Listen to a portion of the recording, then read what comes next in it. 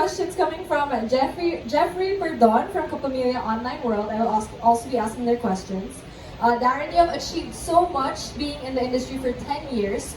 Ano ba yung aspirations ng isang Darren Espanto as an artist?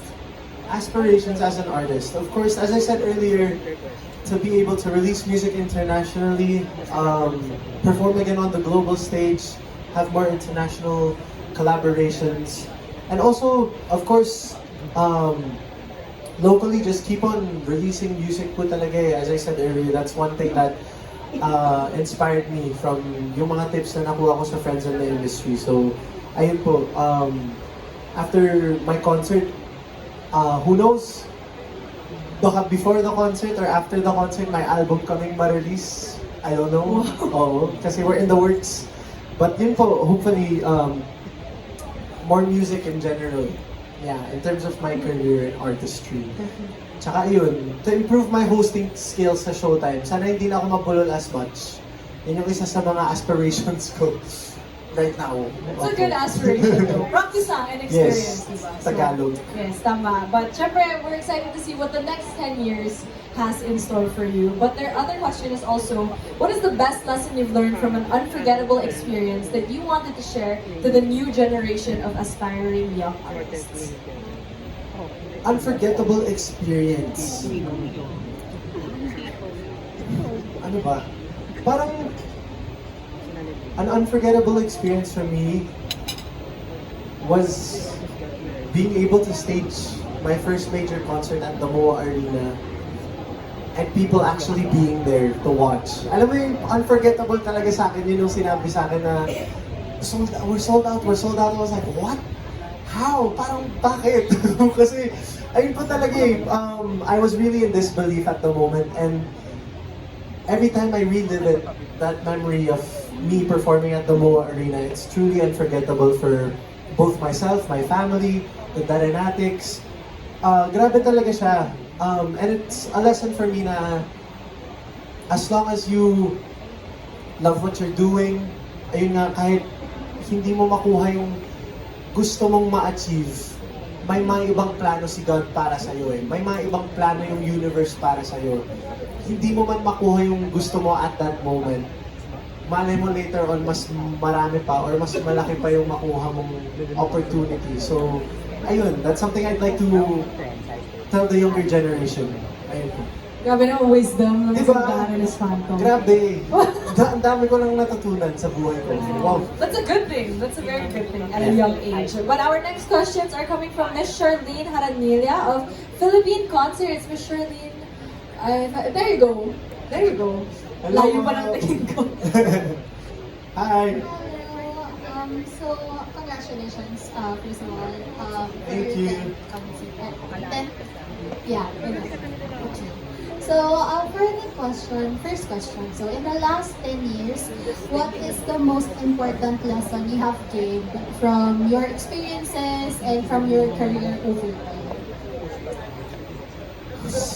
One of the most important lessons I've learned in my career is to learn to live in the moment, siguro. Because as I said earlier, I kept on pressuring myself to the point na parang, uy, Darren, ang bata mo pa.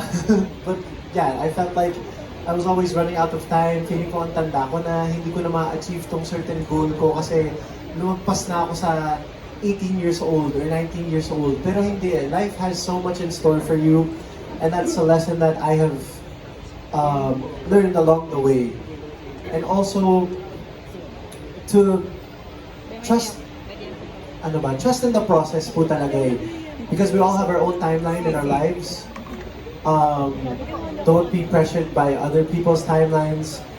And also to have a good inner circle of people. Yung parang people you can trust, with a positive mindset, people who aren't gonna stress you out. Kasi stressful na yung buhay natin as it is eh.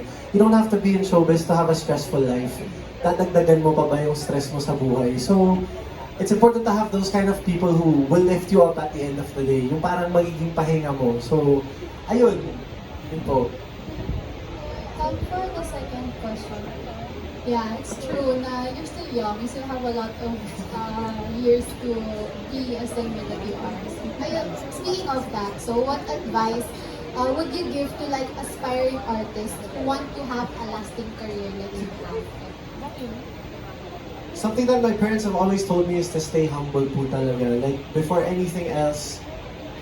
And it's always stuck with me eh. Parang until now, humility talaga yung number one advice ng magulang ko for longevity. Kasi once you lose that, and you parang forget where you came from and stuff like that, parang unti-unti rin mawawala yung blessings na natatanggap mo and stuff like that. People will know that you've changed as well. So, be someone that people want to work with. And that always starts with humility. At the end of the day, my parents always tell me to stay humble. Kapag may bagong blessing na nakuha or opportunity na nakuha, dumating, they tell me, oh, magpasalamat ka kay Papa God.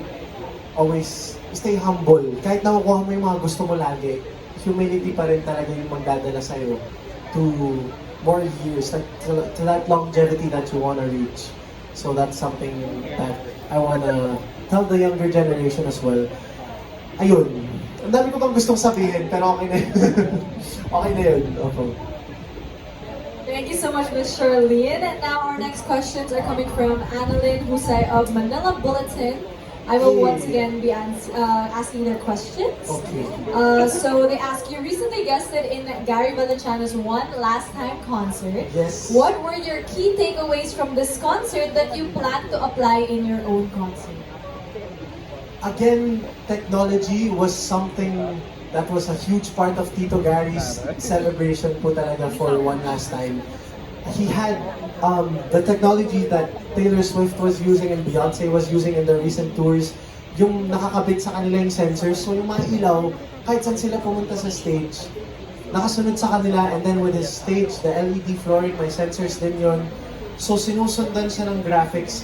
It was never the same in each show. It was always a new train, hindi siya pre-programmed. So that was something that was like, oh my gosh, grabe na dala natin to sa Pilipinas.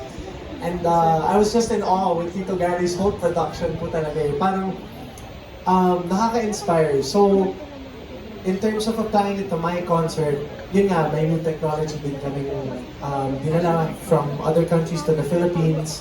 It's very minimal, but it has a huge impact in terms of visuals sa stage ng concert.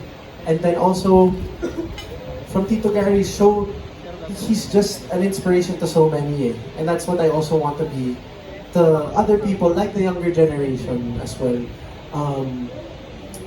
Katulad nga ng sinabi ko dati, nakita kong quote bago ako mag-enter sa showbiz was, aspire to inspire before you expire. So, ayun, parang that's also something that stuck with me before sumali pa ako sa The Voice Kids. Yung parang maging inspirasyon ka sa mga tao. So that's also something that I want to apply in my concert. From Tito Gary's concert. Ano pa ba?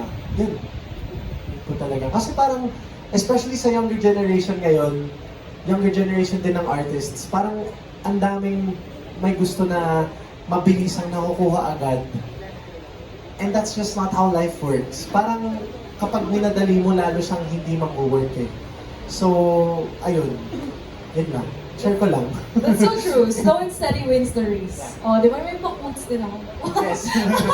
Inspirational Yes, quotes. I'm letting inspirational quotes here today. But our next questions are coming from Carlos of Mega Kapamilya. Is Carlos here?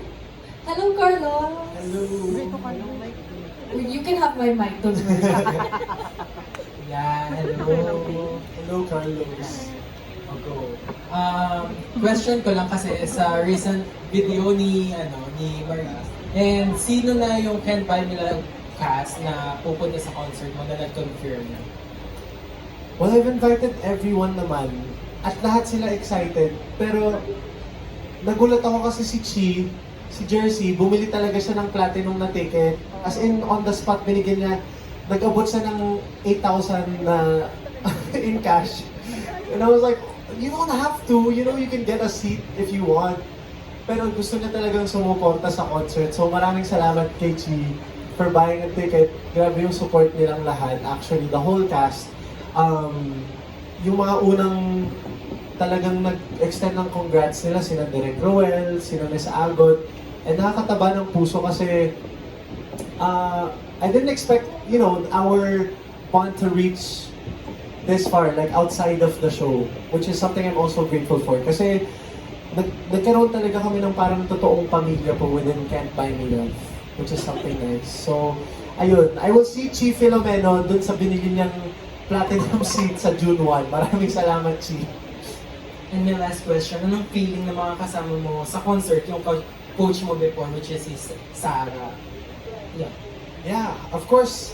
Masaya ako kasi finally mangyayari na po yung collaboration namin sa concert ko pa kasi siya talaga yung nagsabi, i-guess mo naman ako.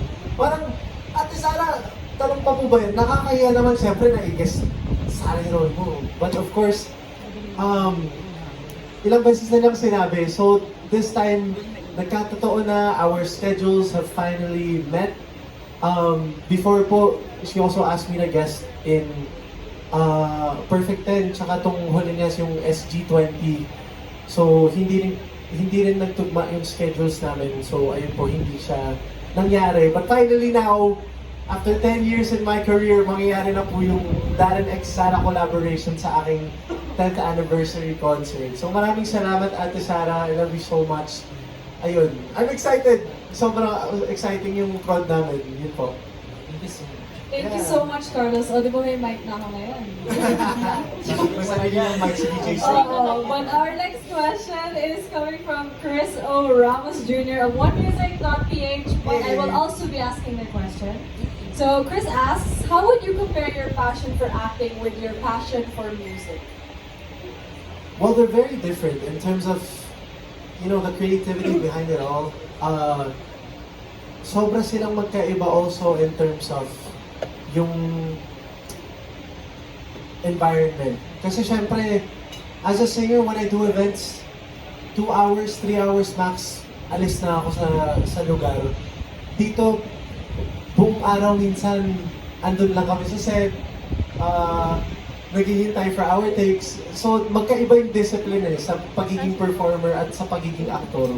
Yung parang, magkaiba rin yung level of patience and determination also. And it's really a different craft. Like, they say to sing with emotions, parang uma-acting ka na rin when you sing. But when you're on the set and you're asked to portray a different character, all these different emotions, bigla ka na lang mapapatanong yung parang, saan ko to huhugutin? Like, what else should I learn to be able to portray my character effectively in the scene? So, it's different in those terms of, It's different in those terms, in those different aspects. Pero yun po, parang, syempre, yung first love ko talaga will always be music. So, ayun. We can't wait to see more of both from you in the future. Sana po. But our next questions are coming from Trisha Delphin of Metro Scene Mag. Hi Trisha, I'm here. There. Hi, Trisha. Hello? Hi Darren, Yan. congrats Thank sa iyong you. upcoming concert. So, my question is, nabanggit mo na this concert will be a little bit different and it really makes us excited. And it's like you and your team are trying to explore things. Pwede ka bang magbigay ng pasilip by describing your upcoming concert in 3 words? 3 words. New and also more mature is not nakain na ng more mature yung 3 words. So mature siguro. Also, what else? I'd say it's pretty exciting. So like explosive in terms of the broad numbers and the guest lineup, the stage, everything behind it. Opo. Yun. Thank you so much. Thank you. Thank you, Trisha, and thank you to our media friends for all of your questions. Yeah. Actually, all the time that we have for our questions. And of course, thank you, Darren, for being so generous with your answers. Thank you so much as well. Maraming salamat po to the media for all your questions that you submitted and for VJ Sam kasi ikaw na nagtanong ng iba. You're welcome. Yes. Ayun na naman yung drone natin. Oh no. I invited ka naman, okay lang. But since we are so grateful that you spent your night here with us, syempre may pasabog din kami for all of you. Ready na ba kayo, guys? I sure hope so because we actually have an exclusive sneak peek for all of you for Darren's newest music video for Hanggang Kailan. First time ko rin mapapanood to Oh my ngayon. God, diba? Pasabog din kay Darren to. Okay. And this is very exciting because this one is featuring Bel Mariano. So I hope you guys are excited. But since this is coming out on May 17 pa po, we ask that you do not record or post the music video on your social media. Nagbabaan sila ng camera. Wait lang, di ba ako tapos? But you guys can actually tweet about it naman. So you can make sure to tweet about it, build some hype around the music video. So once again, this is dropping on May 17 this Friday. And then you can share, the music video when it's finally out. Yes. Sa May 17 yun na i-post kung may mga nagtatangka. Thank you po. Yun lang naman po. Hindi, opo. Very considerate naman. Pero ready na ba kayo? Yeah. Okay, let's watch this.